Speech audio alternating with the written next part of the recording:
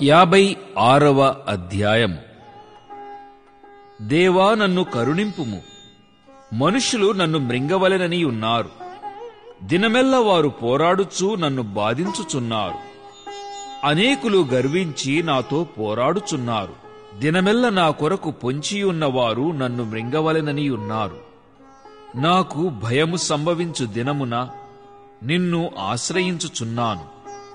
దేవుని బట్టి నేను ఆయన వాక్యమును కీర్తించెదను.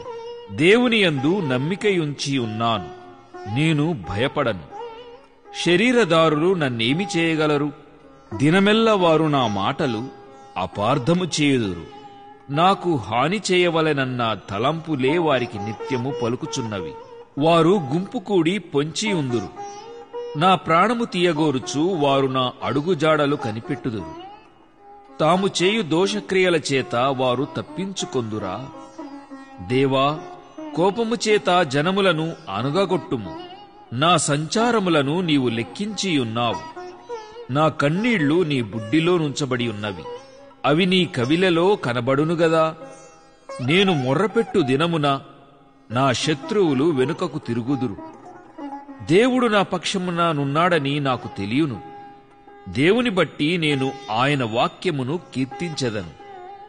యెహోవాను బట్టి ఆయన వాక్యమును కీర్తించెదను. నేను దేవుని యందు నమ్మికయుంచి ఉన్నాను, నేను భయపడను. నరులు నన్నేమి చేయగలరు? దేవా, నీవు మరణములో నుండి నా ప్రాణమును తప్పించి ఉన్నావు.